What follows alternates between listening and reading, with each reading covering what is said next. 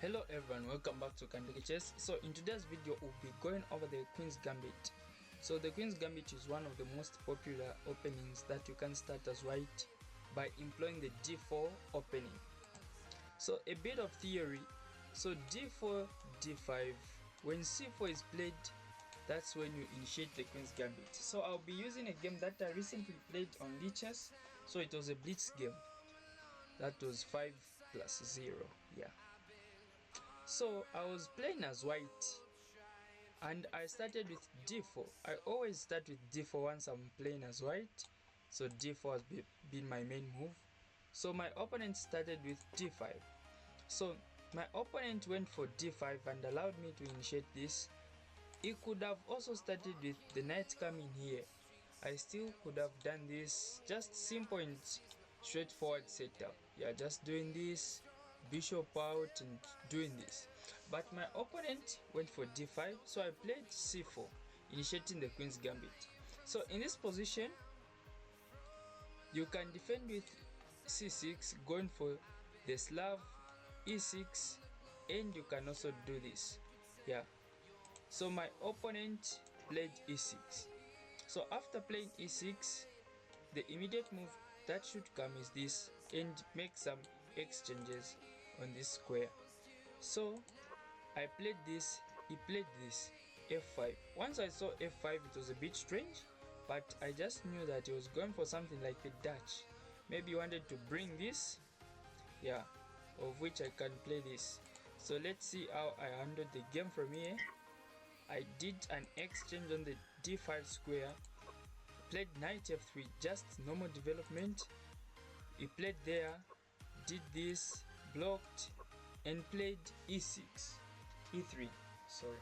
So after playing e3, that's the usual standard. After the bishop comes out of the pawn chain, playing e3 and putting most of the pawns on the dark square, since the dark square bishop is already out, so that we can give mobility to the light square bishop.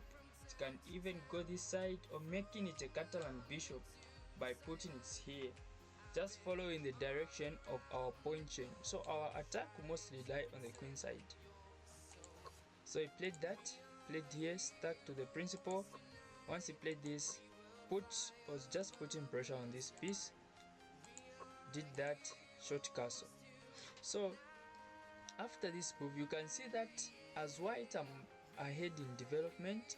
So I've done the king safety and developed all my minor pieces. Next is just to move this, yeah, I can even put it here because the queen is already there.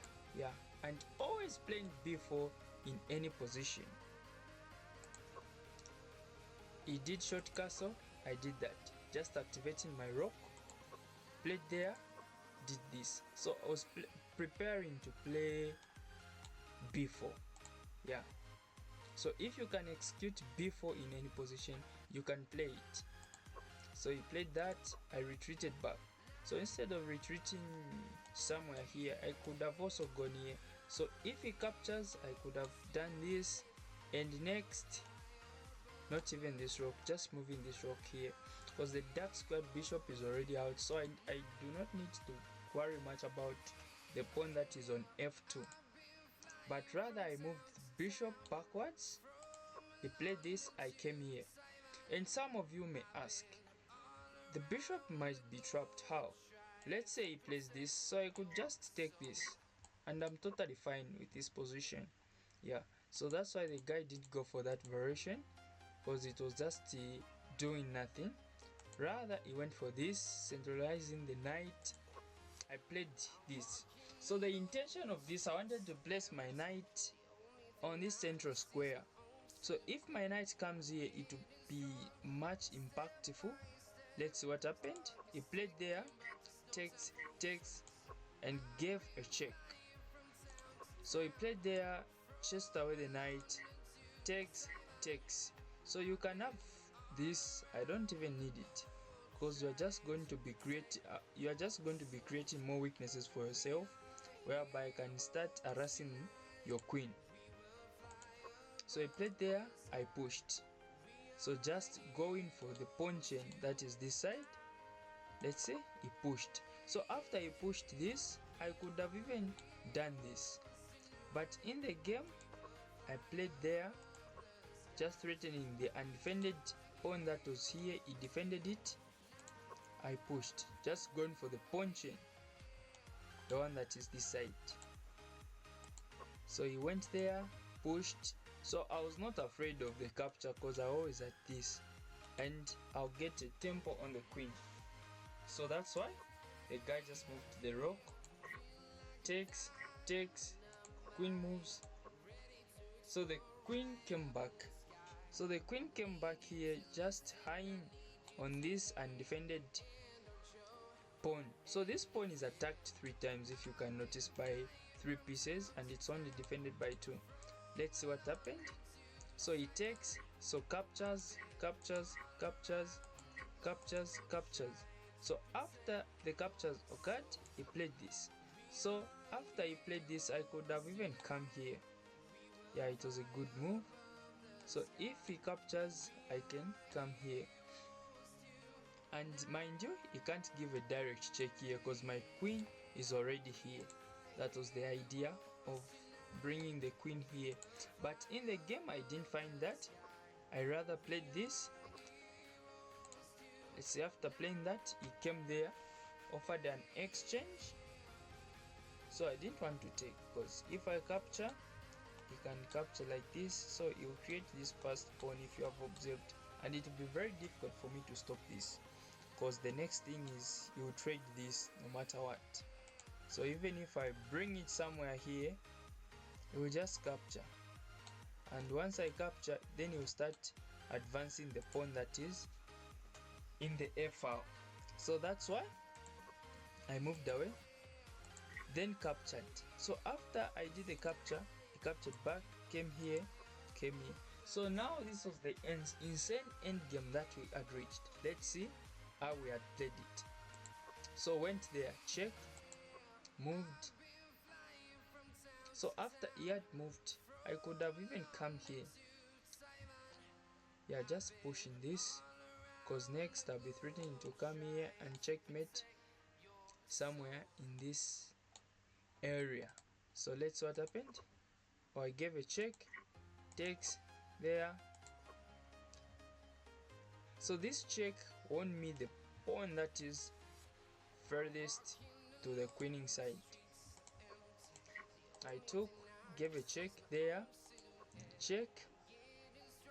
So I went there. So after noticing that he can't check me from here, so I had to hide from there. So he went there, check, and pushed. So after he had pushed, he played a tricky move, this. So the idea was, so you push, your queen dies, or my queen dies after that. Then after my queen dies, he's going even to capture the pawn that I want to queen there and then. So that's why I offered the exchange. He played that, but the computer recommended me playing this.